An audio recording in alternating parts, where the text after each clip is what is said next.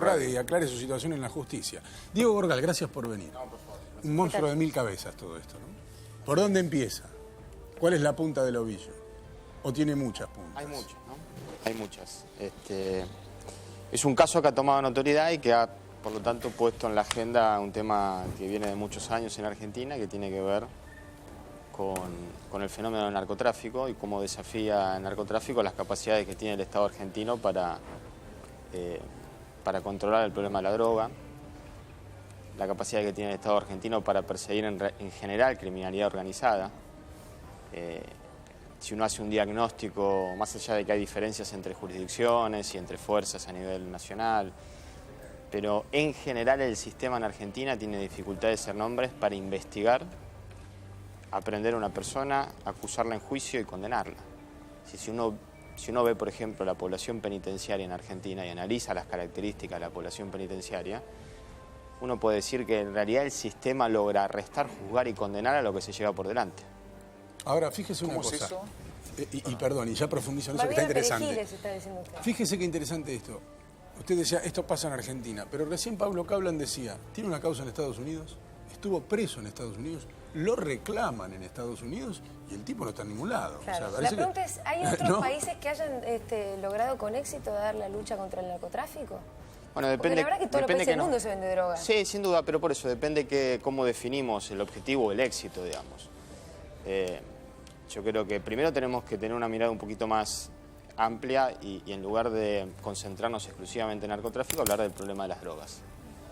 El problema de las drogas tiene una cara que, sobre todo en determinadas drogas, que desde el punto de vista de la política de salud, un Estado debe, a través de prevención y tratamiento, tratar de que sea cada vez menos los usuarios y que los que consuman cada vez menos en función del daño que genera determinadas drogas en la población.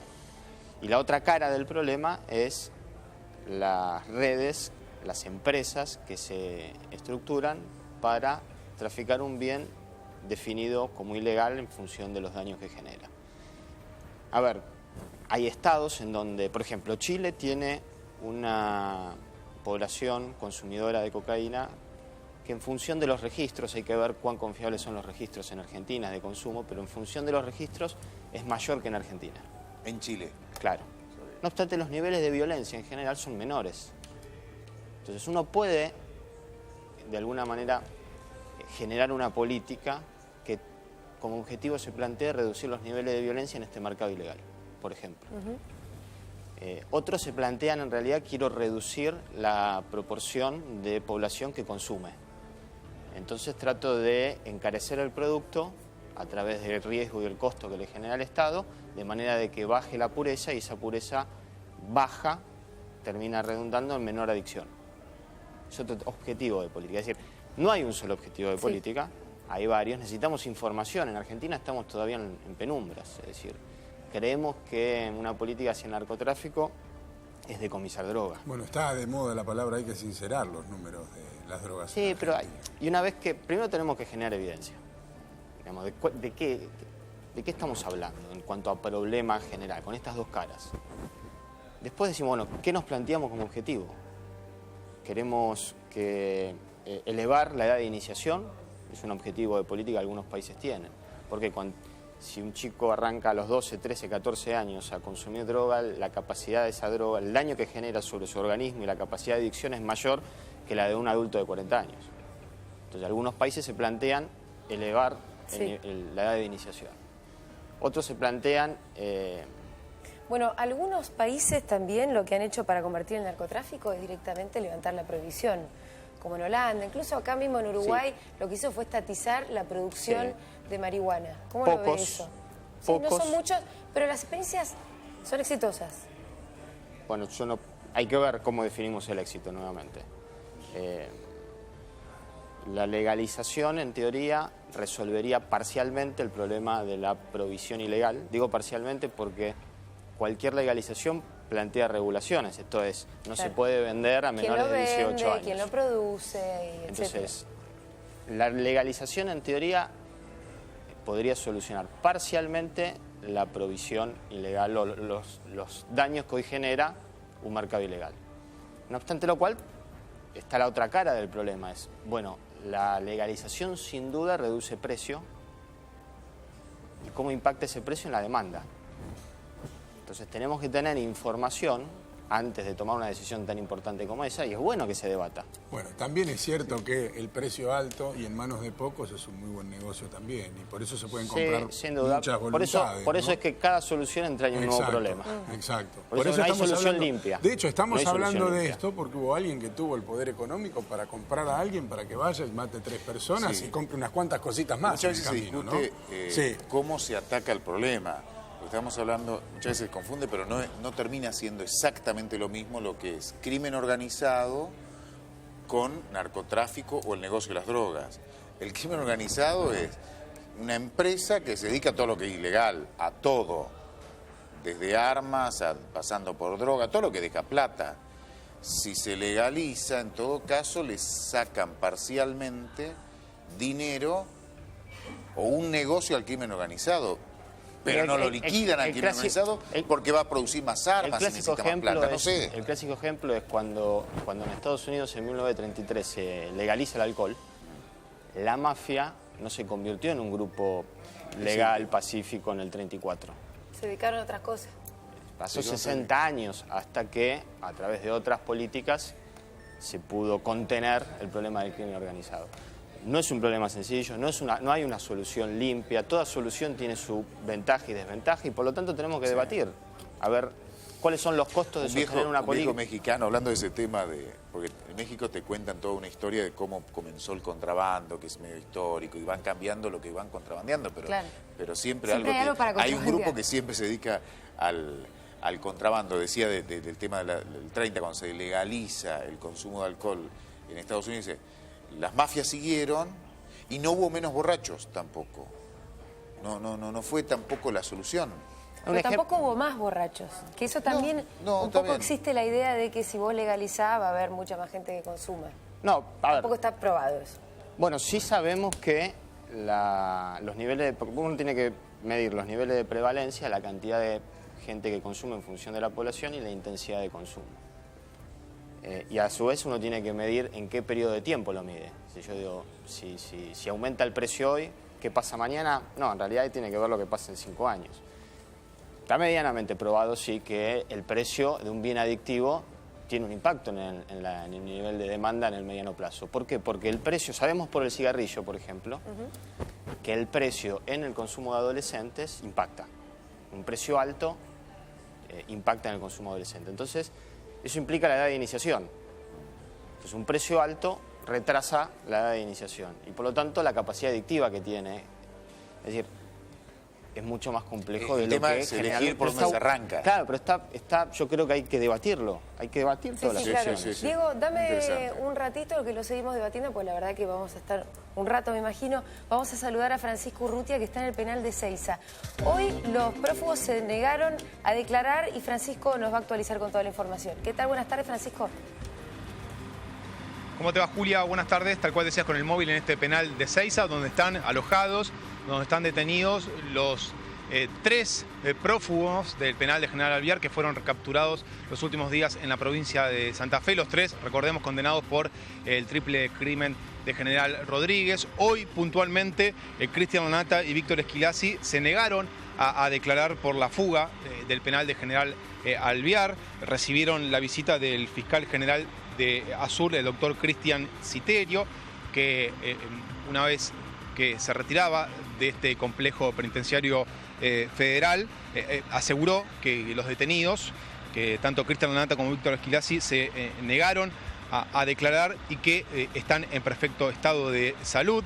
Y además, ninguno de los 3, ahora lo incluimos también a Martín Lanata, que también está detenido en este penal de Seiza, ninguno de los 3 declararon en el marco de la otra causa que tienen en su contra. Hablamos de la causa por el ataque a los 2 policías en la localidad bonaerense de Ranchos, causa que está a cargo del fiscal de Bransen, el doctor Mariano Sidhuet, que también vino personalmente aquí hasta este penal por un tema de seguridad, misma metodología que el fiscal de Azul. No están pidiendo traslados, sino que están viniendo ellos mismos aquí al penal a tomar las distintas indagatorias.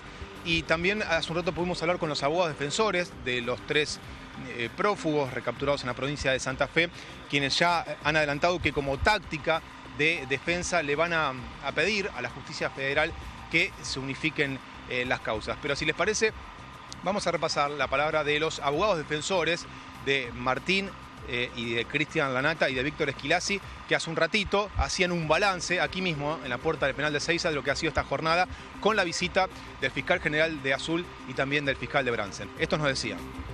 Sí, obviamente, bueno, seguramente ustedes ya lo escucharon al doctor Citerio. Se negaron a declarar, sí. Vamos a esperar a analizar bien la causa porque todavía no pudimos obtener copia. Y como la causa está en plena instrucción, siempre hay pruebas que se están aportando todos los días, entonces queremos tener vista la totalidad de la causa para que los chicos declaren. En ambas causas, estamos hablando de la de Citerio y la de Cibuet, ¿no? Sí, sí, en ambas causas.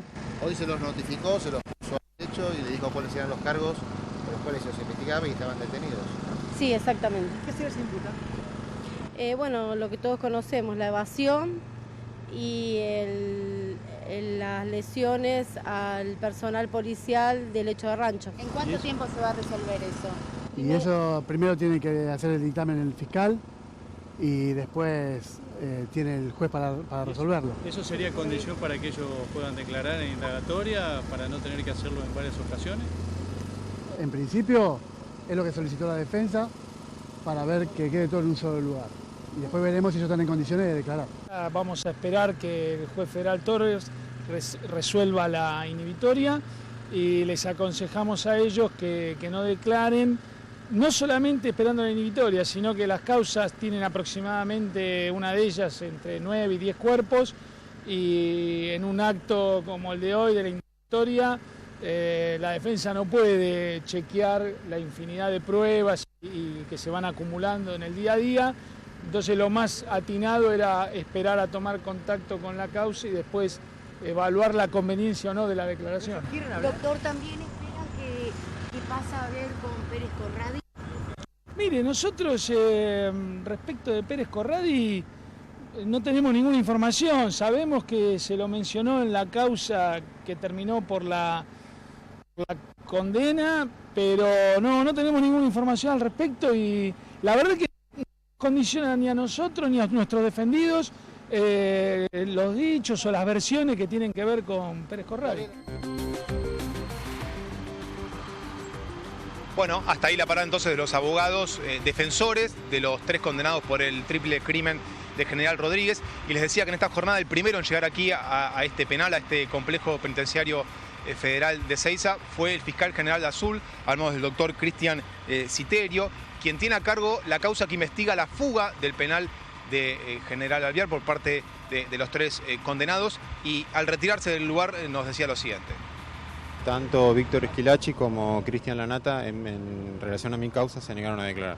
¿Martín Lanata pidió declarar o no? No, tampoco. No, simplemente cumplimos con la formalidad del acta, el asesoramiento de los abogados, hacerles saber los hechos que se le imputan. Y bueno, manifestaron que por ahora no iban a declarar. ¿Cómo sigue entonces la causa en cuanto a lo que tiene que ver con usted, no? A partir de ahora yo tengo el plazo que les comenté antes de 15 días para resolver la situación procesal de ellos 3. Estaba también el fiscal Cibuet, ¿sabe si se negaron también a declarar en su causa? Estuvieron conmigo, pero es información que se le tiene que preguntar a él. Doctor, ¿tienen alguna información que Pérez Corradi podría entregarse?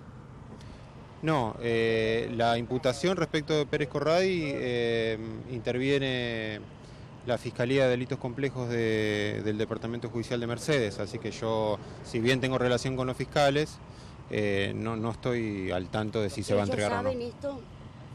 ¿Cómo? Los 3 capturados. No. ¿Conocimiento? No le dijeron nada? No hablamos de eso, solo en relación a mi proceso, y es de lo que yo puedo hablar nada más. ¿Tomaron contacto con los abogados de los 3? ¿Estaban presentes? Están los mismos abogados que lo asesoraron en el marco de mi causa, también asesoraron en el marco del proceso que lleva adelante el doctor Cibuet, y tomaron contacto con todos los imputados. Doctor, ¿por algún problema de salud se niegan? ¿Por algún problema de salud? No, de hecho nosotros ayer tuvimos el informe médico que estarían en condiciones de declarar, pero simplemente se negaron. Doctor, las supuestas complicidades que lo hayan ayudado a mantenerse 15 días prófugo a los tres, ¿ustedes también la investigan o solamente el hecho de la fuga del penal? No, de hecho tenemos gente detenida por haberle brindado el apoyo externo.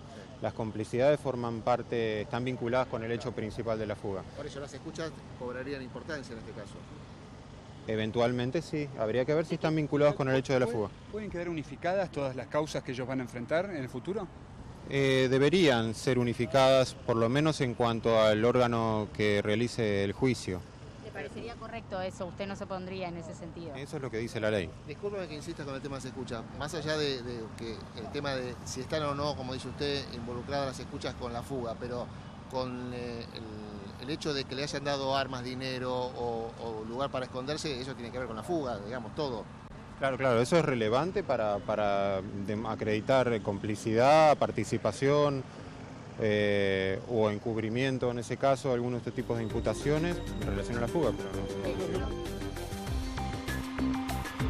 Hasta ahí entonces la palabra del fiscal general de Azul, el doctor Cristian Citerio, que vino a tomar indagatoria a Cristian Lanata y a Víctor Esquilasi. Bueno, estos dos, al igual que Martín Lanata, anteriormente se han negado a declarar, así que lo decía el propio fiscal, tiene este plazo de 15 días para poder expedirse y resolver cuál será la situación procesal de los recapturados, de los prófugos del general Alvear, que están condenados por el triple crimen del general Rodríguez. Y como repasábamos antes, las voces de los abogados defensores, de los tres condenados, que ya adelantaron que la estrategia de ellos por parte de la defensa será pedir al juez federal Sergio Torres la unificación de las causas. Bueno, muy bien, Francisco, muy clara la información. Muy bien. Hasta luego. Sin temor a equivocarme, puedo decir que este caso evidentemente marea. Por cómo nació, hay por muchas lo que causas pasó, además ahora. Por dónde derivó, por lo que todavía no se resolvió, por las por lo que falta saber, y porque sobre todo, la verdad es que el término efedrina era conocido por los argentinos porque lo había tomado Diego Armando Maradona en el Mundial de 1994. Y de repente nos venimos a enterar que la efedrina era el eje de la investigación de estas tres muertes y que en Argentina, hay que decirlo también hasta ese momento, era un negocio absolutamente legal. Sí, a mí por eso cuando se habla de narcotráfico... Fue algo que sorprendió. En mi caso, yo me acuerdo que acá dimos el tema de Maswich, la famosa quinta de Maswich. Cuando explotaron las cosas. Cuando explotó el techo de una casa quinta. En realidad era la chimenea, estalla, porque estaban produciendo. Un grupo de policías de Zárate Campana allanan pensando que le piden el allanamiento a Fallonato Márquez, por entonces juez federal Campana, pensando que era un laboratorio de cocaína. Y se encuentran con una cosa rara, que había garrafas de gas con unos caños adosados, cosas muy raras. Y muchos mexicanos ahí. Era rarísimo. Y aparece una especialista de la policía científica, una bioquímica de la policía científica, que empieza a analizar y dice, no, esto es metanfetamina, que es la que hace un estudio más o menos serio. Y sí, es decir, ¿no? Sí, y hay toda una historia... ¿Vos entonces eras funcionario o estabas ahí, no? No, hay toda una historia atrás internacional como para... Cuando empezamos a hablar decían todos los ribetes que tiene esto, también tiene un ribete internacional. Sí. Vos sabés que entre el 2002, 2003, 2004, 2005, varios estados de Estados Unidos empiezan a regular fuertemente los precursores clínicos porque ahí tenían, sobre todo en la zona sur del país, todos los laboratorios para la fabricación de metanfetamina. Y tuvo un impacto muy fuerte sobre la producción de metanfetamina al punto tal que hubo una escasez, pero al tiempo se corrieron a México. Sí. Esos laboratorios. Entonces empezaron a producir en México. Como consecuencia de ello, el gobierno de Calderón en México en el 2006-2007 prohíbe la importación de efedrina. Que es ahí cuando cae un ciudadano chino que vivía, un chino mexicano, que es la famosa foto que todos pasan, que hay una foto de, no sé si la encontrás, Marcia, que aparece una habitación llena de plata. Es una habitación, una casa de seguridad de este chino que era el gran importador de efedrina en México. Y como consecuencia de esa prohibición es que los cárteles mexicanos empiezan a montar operaciones de contrabando en distintos países, unos en Argentina. Entonces caemos, si se quiere, es un caso de cómo la dimensión internacional de este problema que tenemos acá también la tenemos que prestar atención. Como hoy tenemos que prestar atención que en los últimos 3 años, en Colombia, después de 10 años de ir reduciendo la superficie cultivada de cocaína, empezó a crecer nuevamente. También es una pregunta si se puede combatir al narcotráfico si no es con una suerte de plan internacional, si querés. Tiene que ser una estrategia que sea entre varios países, ¿no? Absolutamente. No solamente por el movimiento del producto, sino también de personas y capitales. Acá en Argentina hay detectados en causas judiciales operaciones de lavado de dinero de colombianos, de organizaciones colombianas en Argentina. Es decir, sin duda tiene que ser un tema de la agenda regional, por ejemplo. Tiene que ser un tema de agenda de política exterior de la Argentina también. Y sobre todo de cooperación con los países de la región, para intercambiar información de personas, de capitales, de empresas. No hay otra manera. No hay otra manera. Me parece que nosotros, y la gente ve muchas películas, y tiene que entender que el nivel de estas organizaciones involucran oficinas, edificios, barcos, aviones, empresas fantasma. Bueno, claro, mucha plata. Lo que te imagines forma parte de este negocio. No es un tipo escondido en una habitación llevándose una valija. ¿Es el negocio a escala mundial? ¿El negocio que más plata mueve, el de las drogas? Me parece que es difícil estimar. Hay estimaciones, pero es difícil, registrar. Estamos hablando en negocios ilegales. Sí, claro. No, en total. Por ahí había estimaciones que decían... Te debo la respuesta. Pero estimaciones que decían que es de los negocios que más plata mueve. No, debe ser de los más rentables del mundo, solo que es un delito. Bueno, claro, por supuesto. Mismo que la venta ilegal de armas, ¿no? Sí, esas drogas se consumen en todo el mundo. Y cuando llega el caso de la efedrina, fue tan impactante que ese primer día no tuvo tanta repercusión. Un laboratorio de una droga que decían que era efedrina. Efedrina sonaba a Diego Maradona, lo que había inhalado Diego Maradona para mejorar su capacidad aeróbica en el Mundial de Estados Unidos. Una cosa rara era.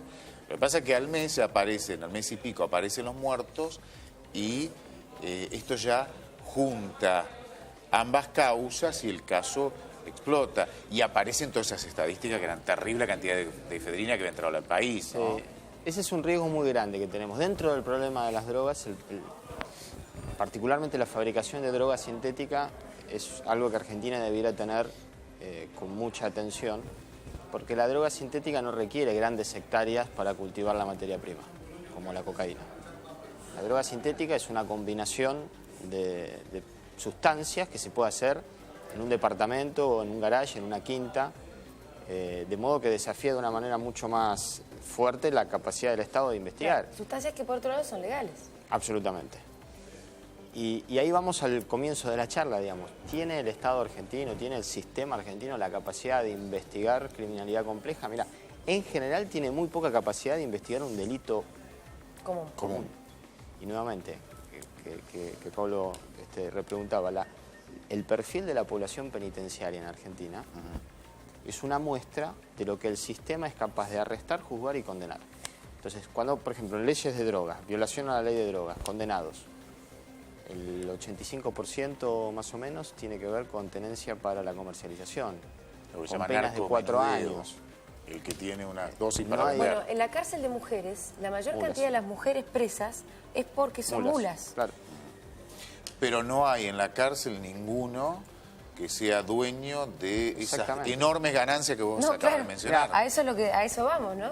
Hasta hace poco tiempo había condenas de 15 años contados con los dedos de una mano, en materia de drogas. Pero, señores, si hay alguien que es capaz de contratar un avión, de cargarlo en un sector militar, de ponerlo en Europa con 1.200 kilos de cocaína, nos da una idea de qué tipo de personas son las que están detrás de esta organización. Es obvio que va a perder siempre el último eslabón de esta cadena, mientras el otro debe estar en una oficina, no voy a decir ningún barrio para que nadie se sienta mal, mirando el agua, tranquilo, simulando tener otro tipo de negocios. Son hombres muy poderosos, pero muy poderosos. ¿Y qué tiene que ver este delito con el aumento de la violencia? O sea, hay mucho la estadística, la violencia ha ido creciendo, ¿no? Sí. Bueno, es más complejo de lo que parece, A ver, no es tan lineal que porque aumente... Porque el impacto que tiene... No es lo mismo. Claro, el impacto que tiene el consumo de droga depende del tipo de droga, depende de la persona, depende de la edad. no es lineal que más droga es automáticamente más violencia. Sin duda que el poder, el dinero de la droga, que es dinero ilegal, corrompe, la corrupción de las instituciones públicas genera la incapacidad de proteger a la población y eso... Es decir, que el narcotráfico en realidad genera más violencia de lo que genera el adicto. Absolutamente. En realidad la verdadera no el violencia... consumo, pero la violencia sí es el negocio por la plata. Sí, sin duda. O la pelea por la plata de ese negocio. Sí, porque, entre otras cosas, porque es un negocio que mueve todo cash. Sí, sí, obvio. Con lo cual tiene que tener niveles de seguridad para darle seguridad, volumen físico de plata que se mueve todos los días. Hay competencia, la violación de acuerdos comerciales no se lleva a la justicia, se arregla en la calle. Sí, necesariamente acarrea violencia. Digamos, los conflictos se solucionan con violencia. Absolutamente. De hecho, por ahí Pablo lo sabe, hace un par de años en el oeste del conurbano había una seguidilla de secuestros que tenían que ver con ajuste de cuenta en 3 bandas por pactos incumplidos. Entonces la manera de cobrar esos pactos era secuestrar a un familiar. Eso generaba precisamente ese negocio. Si vamos más allá, el ciclista baleado en Palermo colombiano, el otro colombiano acribillado en la esquina esos son los enfrentamientos. El señor de la corbata que encontraron tirado en un campo de la provincia de Buenos Aires. Pero también una época que hubo gran cantidad de una asociación de narcosecuestros familiares de gente vinculada o sospechada de tener vinculación con el narcotráfico, secuestrada. De hecho, alguna vez le hice una nota a Miguel Ángel Ferreira, alias Mameluco. Mameluco Villalba. Ferreira, el cambiar apellido. Estoy para cambiar apellido. Mameluco Villalba. Y él contó que tuvo que negociar, tuvo que negociar, incluso estando preso, la liberación de un hermano que lo habían secuestrado. Y era, obviamente, el tema de drogas. Un tipo estaba preso por ser el que manejaba la cocaína en la zona norte. Su hermano, Villalba, fue secuestrado.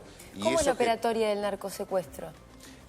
Saben que vos estás vos manejás un barrio que tenés dinero, te secuestra tu hermano. ¿Y qué te pido? Plata y cocaína, ¿no? Pasa por ahí. Y es gente igual de heavy. Y es muy complejo, ¿no? Para la investigación es muy compleja porque si le están pidiendo cocaína, la policía no puede dejar que transite cocaína para que pague un rescate, porque no es plata, es cocaína. No. Por lo general no se denuncia, por lo general se sabe luego, porque claro... todo pasa al margen. Y, a ver, tiene que pagar con dinero que no está declarado, que es un dinero ilegal, digamos, por lo tanto susceptible de ser embargado y demás. Yo creo que es un tema importante, o al menos en la campaña presidencial ha sido un tema que se metió en la agenda de los 3 candidatos. Esto a su vez le dio urgencia y creo que es el momento para lo cual, digamos, para generar los consensos. Sabemos que acá no hay seguridad ya. Sabemos que necesitamos avanzar en un proceso largo y la Argentina en general, la política en Argentina en general, le cuesta bastante comprometerse en el mediano y largo plazo. Para lo cual el gobierno creo que ya es momento que explicite, que presente cuál va a ser su estrategia para los próximos 4 años, de manera que pueda ser discutida, de manera que pueda ser debatida, de manera que pueda ser mejorada, criticada y luego controlada. O sea que hasta ahora vos no viste que se haya presentado un plan sistemático y a largo plazo para combatir el narcotráfico. Eso evidentemente, ciertamente no. Y creo que además sería muy conveniente que sea en el ámbito legislativo, en el Congreso, en las legislaturas, donde eso se presente y se discuta, de manera de comprometer a las fuerzas políticas con representación en las soluciones y también en el control.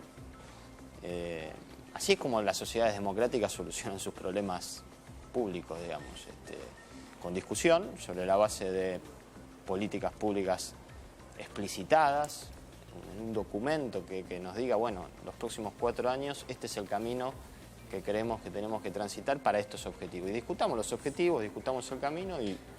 Ahora, fíjense que este monstruo es gigante. Estamos hablando de fronteras controladas, las europeas, la estadounidense, grandes consumidores de droga, o por lo menos los que más caro pagan la droga. con políticas que llevan en algunos casos más de 30 años y sin embargo no logran detener no solamente el narcotráfico, sino el consumo de drogas en sus propios territorios. Lo han reducido, han logrado acotar la violencia, han logrado unos cuantos objetivos, pero no pueden detener el consumo y el narcotráfico. Sí, bueno, no lo pueden hacer, aún hoy. Exactamente era lo que discutíamos antes. Tenemos que ver, bueno, qué objetivo nos planteamos, porque la historia indica que todas las sociedades, en cualquier momento de su historia, hay una fracción de la población que consume psicoactivos. Eso ha sucedido siempre. Siempre. Absolutamente. Y va a suceder siempre, además. Entonces, lo que debiéramos plantearnos, bueno, ¿cuál es la política más adecuada para que sea la menor proporción posible, para que ese consumo genere el menor daño posible y que, por lo tanto, podamos cumplir objetivos de salud pública de la mano de objetivos de seguridad? Y ahí vamos a entrar en una serie de conflictos de objetivos, porque lo que nos sirve para reducir la cantidad de consumidores quizás aumenta la violencia. Entonces tenemos que decir, bueno, estamos dispuestos a tolerar determinadas acciones que nos llevan a estos objetivos, que tienen a su vez este costo. Tenemos que debatir más allá, como siempre digo, la política contra el narcotráfico se ha reducido en decomisar droga. Y decomisar droga y es mucho más no sirve para nada, además, no tiene impacto. Tiene impacto mediático, visual. A propósito de lo que decía Diego, recién contaba la historia, cómo viene de Estados Unidos, México y después a otros países como el nuestro. Mencionamos a un chino, lo tenemos ahí, te voy a mostrar la plata. Ahí está. Pero mostrarlo la otra foto completa, no la carita del chino, mirá. Celi, voy a decir cualquier cosa. Esto no lo hizo, no lo hizo en el supermercado, ¿no? No, Celi Yegon es un mexicano de origen chino. Celi Yegon. Puede pronunciarse de cualquier forma. Lo tuvieron en Maryland. Finalmente en 2007, a mediados del 2007, porque ya lo estaban buscando en Estados Unidos. ¿Esta es la plata que él tenía en la casa? Esa plata, ahí en Las Vegas detuvieron a la novia, a la mujer. Y en México, en la Ciudad de México, en el DF, encontraron una casa, eso tenía, eso que está viendo, 205 millones de dólares. En efectivo, cash. En efectivo, cash. Era el gran importador vio el negocio, importaba efedrina a México y de México la mandaba a Estados Unidos. Cuando cae este chino, empiezan a comprar efedrina en otros países. ¿Dónde? En Argentina. Fíjate una cosa, esto tiene que ver, ¿de dónde venía la efedrina? Esto fue previo al negocio de la efedrina. ¿De dónde venía la efedrina que llegaba a la Argentina e iba a México? De la India, China. De China, de China. Este hombre era quien traficaba la gran cantidad de efedrina desde India, China, hacia Estados Unidos. Esos son 200 millones, más o menos ese es el volumen. Es lo que dijo la Procuraduría mexicana. Si faltan un billete no es mi culpa. 205 millones fue lo que decomisaron. Es tremendo, porque maneja cash. Bueno, no es nada más que anecdótico lo del chino. Pero eso generó el negocio grande acá en la Argentina. Que dentro de todo, acá lo cortaron rápido porque aparecieron los 3 muertos. Si no, esto seguía. Era algo que sabían solo las autoridades. Era una fiesta para unos pocos. Pero también las autoridades lo conocían en ese momento. Yo creo que la discusión pública que genera es un buen elemento para impulsar el tema en la agenda. Porque sin toda esta discusión y la que ocurrió en otros momentos, seguramente el sistema tiende al statu quo. Sin esta presión pública, seguramente seguiríamos haciendo lo que se viene haciendo, que sabemos que no resulta. Buscan el narcomenudeo, pero el negocio es cada vez más grande. Exactamente. Yo creo que, además en la provincia de Buenos Aires y en otras provincias que han adherido, es también un buen momento para debatir cuál ha sido el impacto de la ley de desfederalización de la persecución de... que en la provincia de Fiscalía... Fue a instancias de la provincia de Buenos Aires. Yo, en el momento en que se debatió, que fue allá por el 2005, se sancionó en agosto del 2005. Yo di argumentos públicos en contra de la ley de desfederalización. Creo que tenemos que, después de 10 años, es un buen periodo para analizar qué impacto tuvo. A mi juicio ha sido un mal impacto. A mi juicio, entre otras cosas, le ha dado un instrumento a la policía para montar todo un sistema de recaudación ilegal sistemático del narcomenudeo. Favoreció la corrupción. Absolutamente. A pesar de los fiscales, ponele. Absolutamente. De hecho, cuando uno ve las causas en el fuero federal en la provincia de Buenos Aires, de las grandes organizaciones, o de cuestiones vinculadas más al lavado de dinero cayeron. Claro, porque el esfuerzo se dirige al primer eslabón del sistema y la capacidad del Estado es limitada. Uno puede hacer X cantidad de procedimientos al año, puede tramitar X cantidad de causas. Entonces, bueno, si es limitada, ¿dónde la ponemos para que impacte más? Y que haya más cantidad de policías, la famosa municipalización de las policías, favorece, perjudica. Bueno, no se dio a la municipalización, ¿no? Se crearon policías locales en realidad, porque está lleno de policías de todos colores. Sí, bueno, en México dicen todo lo contrario, que eso favoreció a las mafias, en México cuando lo hicieron. Claro, pero eso también tenemos que ser cuidadosos porque, claro, dicen, la policía local, por ejemplo, en México fue cooptada por los narcos, evidentemente. Ellos tuvieron el gran problema con eso. Entonces dicen, no hay que avanzar en la descentralización porque es favorecer. Ahora, para que eso sea cierto, tiene que ser cierto el contrafáctico, esto es que la policía centralizada no es cooptada por los narcos. Claro, porque ahí si tenés la policía centralizada por los narcos, ya está. Entonces cuando uno ve la policía... todo el resto de la policía para abajo. Cuando uno ve la policía de Buenos Aires, que es centralizada, no se da el contrafáctico, con lo cual ni descentralización ni centralización en sí mismo favorece o previene la cooptación. Bueno, es para volverse loco. Mire, la realidad es que más allá de lo que se pueda discutir, comprar drogas al menudeo sigue siendo fácil en cualquier gran ciudad del mundo. Por lo tanto, me parece que ha fallado en todos lados eso, ¿no? Lo puedes hacer en Madrid, lo puedes hacer en Barcelona y aún hoy en Nueva York, una de las ciudades más seguras del mundo, la ofrecen a viva voz en los barrios turísticos. Pasan caminando y te dicen perrica la muerte en voz alta, es decir, sigue siendo sencillo. Sí, es que lo que pasa es que para decir si fracasó o fue un éxito, uno tendría que poder decir, bueno, ¿qué pasaría en caso de no existir este sistema de prohibición y control? ¿Habría más o menos demanda? ¿Se consumiría más o menos? Porque esa es la manera de juzgar, digamos, tendríamos que generar un contrafáctico y decir, sería un mejor estado del mundo bajo este esquema. Y para eso no tenemos todavía información, evidencia. Podríamos estimarlo, estimulo que discutamos eso. Ahora, hablamos mucho de las fuerzas de seguridad, también de la necesidad de nueva legislación, posiblemente, donde se tiene que dar una discusión. ¿El rol de la justicia? Es fundamental, es la otra cara de la moneda, ¿no? Y está también comprometida. Está también comprometida a nivel fiscalías, a nivel de juzgados. Dicho sea de paso, hay un juez federal. Cuando vos decís comprometida, habla de complicidades. Bueno, totalmente. El federal de Salta. Totalmente. No está en cana porque todavía ha tenido suerte, pero ya debería estarlo. Sí, lo que pasa es que en Argentina, desde hace muchísimos años, y esto arranca a mediados de los 90, empezás a ver un deterioro en la calidad de las instituciones, un incremento en la capacidad o en los niveles de corrupción en las instituciones policiales, judiciales, penitenciarias, y cuando se empezó a expandir el mercado doméstico de la droga, y empezó a haber más organizaciones que mueven más plata, en el mercado de la corrupción nadie le gana a la plata de la droga. En los distintos negocios ilícitos, el que más genera plata es la droga. Esperanos 30 segundos, tenemos una alerta.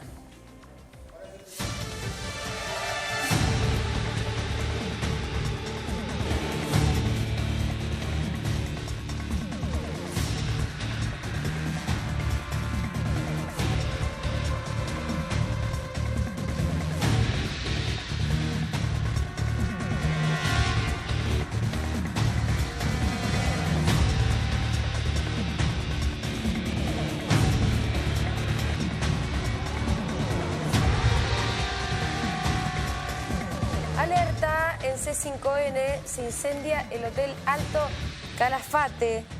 Es parte de los activos de la empresa Otesur. Hay bomberos trabajando ahí mismo para combatir el incendio. Como se sabe, la empresa Otesur es la firma en la que la expresidenta mantiene acciones. Allí están trabajando los bomberos de Santa Cruz. Según informa el sitio Ahora Calafate, el siniestro se habría originado en un sector donde trabaja habitualmente el personal del hotel. Y son los bomberos de las unidades 8ª y 21ª que están intentando extinguirlo. Estas son las imágenes del Hotel Alto Calafate, propiedad de Otesur. Vemos ahí una columna de humo importante, es un hotel también muy importante, que se encuentra en Santa Cruz. Allí están, reiteramos entonces, los bomberos de Santa Cruz combatiendo el incendio del Hotel Alto Calafate, parte de los activos de la empresa Otesur. Ahora sí, Gorgal, disculpe que lo habíamos interrumpido. Es un tema complejo. Lo dijimos al principio, lo estamos tratando de desarrollar sin llegar a nada claro, porque como usted decía claramente, si tiramos de un lado de la cuerda, pasa algo del otro lado. Y lo mismo con la sábana corta. Todo tiene un costo, cualquier decisión costo. Y cualquier política tiene un costo por un lado. Toda solución entraña un nuevo problema. Entonces... Ahora, ¿usted también cree que las soluciones que se proponen tienen tintes ideológicos? Bueno, hay siempre valores detrás de cada decisión pública. Porque muchas veces se consignan ciertos planes como eso es ideológico, como si fuera algo malo. Pero no, lo malo no es explicitarlo. Sí. Yo creo que lo mejor es explicitarlo, poner los valores, porque hay siempre conflicto de valores y uno hace una prioridad en cuanto a los conflictos de valores. Lo bueno es explicitar el sistema de valores en base al cual uno propone determinado curso de acción y ante conflicto de valores, bueno, cuál es la prioridad de uno, cuál es la prioridad de otro y poder llegar a un acuerdo. Siempre hay valores y siempre hay intereses detrás de toda decisión pública. Creo que lo más sano es explicitar ambas cosas. Por otro lado, la discusión sobre el narcotráfico siempre me parece que se habla de drogas, no se distingue los tipos de drogas, ¿no? Absolutamente. Que son absolutamente distintos. La fabricación, la comercialización y ni hablar del impacto en la salud que tienen algunas drogas, son mucho más graves que otras, pero siempre se habla en términos demasiado generales, me parece. Como si la solución fuera la misma para todas. Estoy totalmente de acuerdo, creo que una de las cosas, hay que reformar la ley de drogas, me parece, en Argentina, y una de las cosas es establecer, como tiene la ley inglesa, por ejemplo, que tiene categorías, clasificación de drogas en función del daño que provocan. Claro. Porque no es lo mismo la cocaína o la heroína que, por ejemplo, la marihuana. Tienen impactos distintos. Nosotros contribuimos, incluso desde nuestros lugares, a veces con el show del decomiso, ¿no? Entonces, por ahí se decomisan 1.500 kilos de marihuana con panes que venían de Paraguay escondidos en un camión, y para una señora que está en su casa es lo mismo 1.500 kilos de marihuana que 1.500 kilos de heroína, y no es lo mismo. No valen lo mismo, no produce el mismo efecto, no genera la misma violencia, es una cosa completamente distinta. Sin embargo, el título dice droga, punto. Y lo peor es que en el último gran... no solamente el título, perdón, las leyes las abordan de la misma manera. Y el último gran procedimiento, que creo que fue hacia fines de octubre, donde se decomisaron 13 toneladas de panes de marihuana. Entiendo que a la fecha el único arrestado sigue siendo el chofer del camión. Aquello que fue ampliamente... Y hubo otro decomiso más reciente. Exactamente, después del 10 de diciembre. En la zona de 5 Pilar, toneladas. Que 5 toneladas. 4, una cosa así de toneladas. Y en ese caso no hubo detenidos. ¿Será la cantidad de operaciones que hay? Secuestran 4.000 kilos de ¿Quién lo marihuana. tenía? ¿Detenido? No, estamos investigando. No hubo detenidos. En un galpón, en una casa. Eso es un problema. Ahí cuando eso ocurre falla toda la investigación, el sistema de investigación, todo. Bueno, a todo esto parecemos unos locos porque empezamos hablando de Pérez Corradi. ¿Dónde está Pérez Corradi? ¿Dónde está Pérez Corradi? ¿Está en Argentina Pérez Corradi? ¿Está en otro país Pérez Corradi? ¿Alguien se puede estar tanto esconder tiempo? Exacto. Depende mucho la plata. Porque estar prófugo y vivir en la clandestinidad es caro. Es caro. O hizo muchos ahorros o tiene una fuente, un ingreso corriente que todavía mantiene. ¿Por qué es tan caro mantenerse escondido? Entre otras cosas porque uno no puede trabajar. Uno tiene que... Claro. Y además porque... Sí. Y hay que comprar silencio. Si uno es traficante de drogas, sigue trabajando. No, está bien, bueno, pero no... Generalmente en ese nivel uno tiene sus empresas pantalla, digamos, uno tiene que... Claro. Nadie es enteramente... No puede firmar los cheques. ¿Vale? Claro. Sí. Y además porque es todo un sistema logístico también que tiene que soportar su clandestinidad. Yo lo pregunto porque imagino que los televidentes, así como yo me lo pregunto, ¿por qué es tan caro? Se lo estarán preguntando también, ¿no? Uno se imagina que tiene que vivir abajo de un túnel, no es tan así. No. Bueno, el Chapo tenía una gallina, ¿no? Es una huerta orgánica. El Chapo Guzmán tenía un un buen gallo ahí que le cantaba de fondo. Sí. Y una camisa, otra sí. Que dicho sea de paso, se está vendiendo un montón en México la camisa que tenía puesta el Chapo Guzmán. ¿Sí? La camisa azul. Éxito de ventas en México, aunque parezca mentira. Otro de los temas que creo que salen a la superficie de manera positiva es la cuestión de los prófugos en Argentina en general. Tenemos una cantidad muy importante de prófugos y no ha habido nunca política de captura de prófugos en Argentina. Generalmente, primero el índice de recaptura es muy bajo y buena parte de esa recaptura está dada en ocasión de otro delito, esto es, lo arrestan infraganti delito y salta que tiene un pedido de captura. Es bastante usual, permanente. Pero no hay una política de captura. Y eso genera, entre otras cosas, también corrupción policial. También que trabajen para determinadas bandas policiales, aprovechando que tiene ese pedido de captura. Gracias por haber venido. No, por favor. Tenemos Gracias a ustedes.